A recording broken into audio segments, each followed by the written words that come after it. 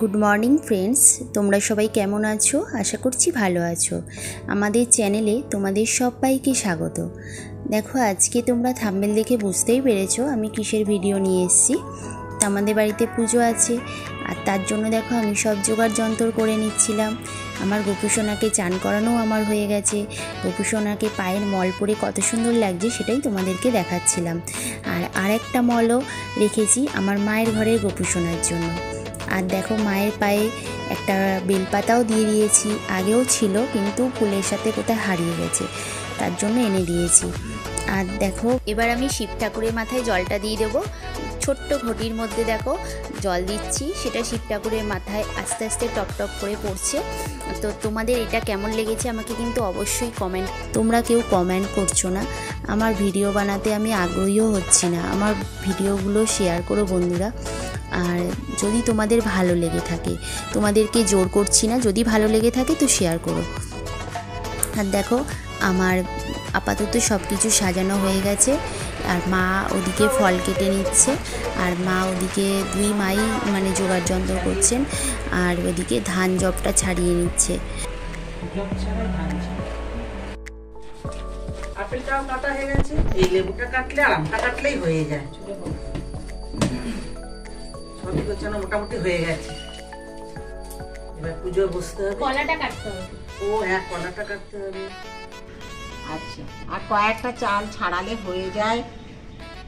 এই আমার আবার নখটা কেটে ফেলেছি তো, ওই জন্য একটু দেরি হচ্ছে। ধান থেকে শুকনো ধানগুলো ওর থেকে টিপে টিপে বার করতে একটু চালগুলো বেরিয়ে আসতে দেরি হচ্ছে। আর কয়েকটা হলে হয়ে যায়। তোমরা দেখলে বন্ধুরা, আমাদের জোগাড় প্রায় হয়ে এসছে। আর আমি ওপরে ঠাকুরকে খেতে দিয়ে দিলাম, আর নিচে দোকানে এসেছি ঠাকুরকে খেতে দেওয়ার জন্য। তো এবার নিচের দোকানেও দিয়ে দেবো ঠাকুরকে খেতে। আর একটা কথা বন্ধুরা, তোমাদেরকে এর আগে আমি বললাম যে আমি মিউজিকের জন্যও চ্যানেলটা খুলেছিলাম, কিন্তু মিউজিক আমি দিতে পারছি না, কেননা মিউজিকে তোমার কপিরাইট এসে যাচ্ছে। এবার কিভাবে মিউজিকটা করব বুঝতেও পারছি না। ঠিক আছে, তো নতুন চ্যানেল তো, আর আমি তো পুরো অজানাভাবেই ইউটিউবটা খুলেছি, মানে ইচ্ছা হয়েছে, ছেলে জোর করেছে সেই জন্য খুলে ফেলেছি। কিন্তু আমি এখন বুঝতেও পারছি না যে কিভাবে ভিডিওগুলোকে করলে ভিউজ বাড়ে। আমার ভিডিওতে ভিউজই আসছে না বন্ধুরা। তোমরা প্লিজ আমার ভিডিওগুলোকে একটু শেয়ার করো ভিউজ বাড়ানোর জন্য, যদি আমার ভিডিওগুলো তোমাদের ভালো লেগে থাকে।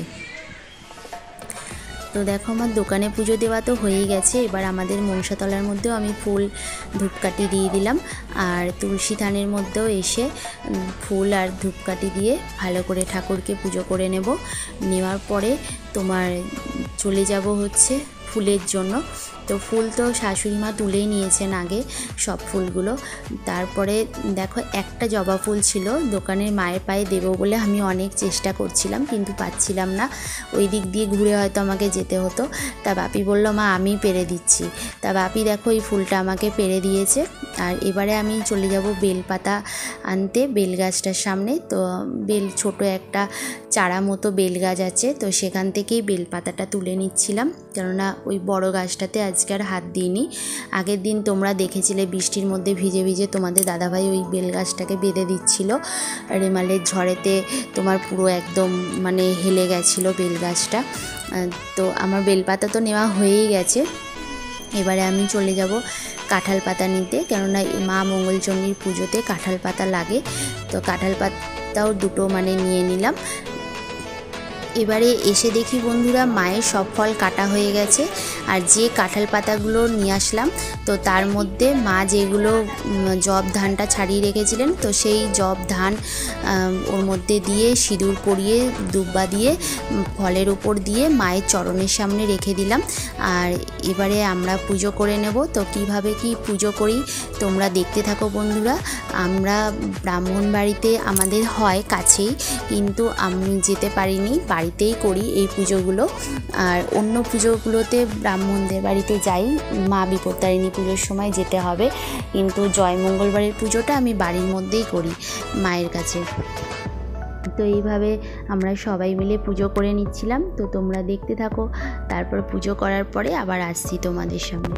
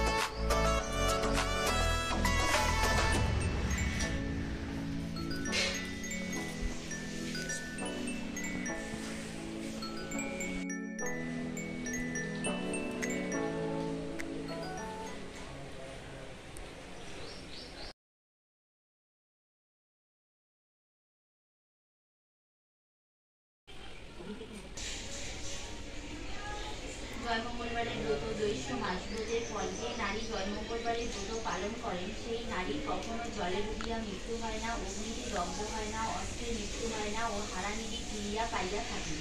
ব্রতের নিয়ম: জ্যৈষ্ঠ মাসে প্রতি মঙ্গলবারে নারীগণ এই ব্রত পালন করিবেন। পুরোহিত লইয়া নিম্নলিখিত দ্রব্য মা মঙ্গলচণ্ডী পূজা করিবেন। পুরোহিতকে সাধ্যানুসারে দক্ষিণা, আম, সুপারি, কাঁঠাল দান করিতে হয়। চিরা দই দিয়া পুরোহিতকে ফলার খাওয়াইয়া ব্রতী উক্ত ফলারের অর্ধাংশ নিজে খাইয়া দিন কাটাইবেন। যাহারা বাড়িতে পুরোহিত আনাইয়া কার্য করাইতে পারিবেন না, তাহারা মা মঙ্গলচণ্ডীর পূজা পাঠাইয়া দই, চিরা, কাঁঠাল আহার করিয়া থাকিবেন। পূজা অন্তে ব্রতকথা পাঠ বা শ্রবণ করিবেন। পূজার দ্রব্য: এটা দেখো বন্ধুরা, জয় মঙ্গলবারের ব্রতের এটাই হচ্ছে আসল নিয়ম।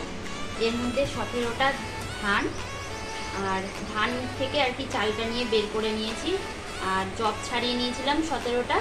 সেই 17টা ধান আর 17টা জব এর মধ্যে দেওয়া আছে এই কাঁঠাল পাতার মধ্যে। একে বলে গুড়ি বলে এটা, বা গদ। এইটা ওই কলার মধ্যে দিয়ে আর দিয়ে খেতে হবে, দাঁতের মধ্যে যেন না লাগে। কলার মধ্যে দিয়ে মানে ওটা গিলে খেয়ে নিতে হবে।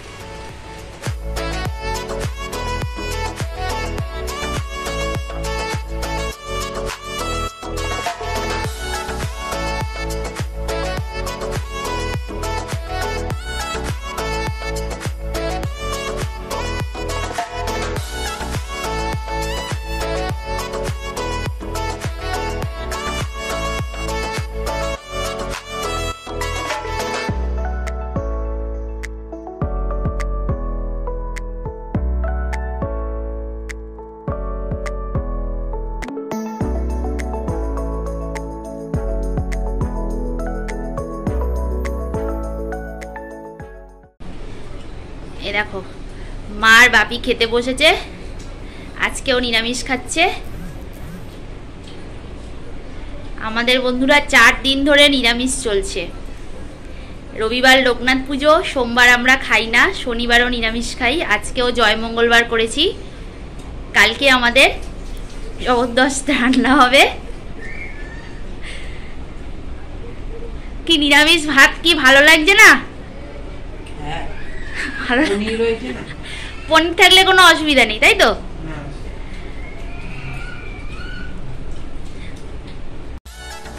দেখো বন্ধুরা, সেই পুজো করার পরে তোমাদের সাথে আর কোনো কথা বলিনি, তো রান্না বান্না করছিলাম আর তোমাদেরকে দেখালাম যে বাপি আর মা ওরা নিরামিষই খাচ্ছিল, কিন্তু ভাত খাচ্ছিল, তার জন্য ওরা টেবিলে খাচ্ছিল। আর আমি আর মা এই মানে এখানে নিয়ে এসেছি টেবিলে, সোফাতে। তো আমরা দেখো খাচ্ছি এই পনিরের তরকারি, আর ঘুগনি করেছি আর লুচি। আজকে যেহেতু জয় মঙ্গলবার করেছি, তার জন্য ভাত খাবো না, তো এই খাবারগুলোই খাচ্ছি। আর আজকে তোমরা সবাই জানো যে ভোটের রেজাল্ট আউট হচ্ছে, তো আমরা ওই ভোটের রেজাল্ট আউট দেখতে দেখতে আমরা বন্ধুরা টিভি দেখতে দেখতে খাবারটা খেয়ে নিই। আর আজকে জানো তো প্রচণ্ড গরম লাগছে, এত গরম লাগছে কি বলবো মানে। আর পুজো করে তারপরে এই রান্না বান্না সেরে সবে মাত্র এলাম, তো দেখো আমাকে পুরো পাগল পাগল লাগছে একটা, কিন্তু কিছু করার নেই, এরকমভাবেই বসে পড়লাম তোমাদের সামনে। তো ভিডিওটাকে আর বন্ধুরা বড় করলাম না। যদি ভিডিওটা তোমাদের ভালো লেগে থাকে অবশ্যই লাইক, কমেন্ট, শেয়ার, সাবস্ক্রাইব করবে আমার চ্যানেলটাকে, আমার পাশে থাকবে।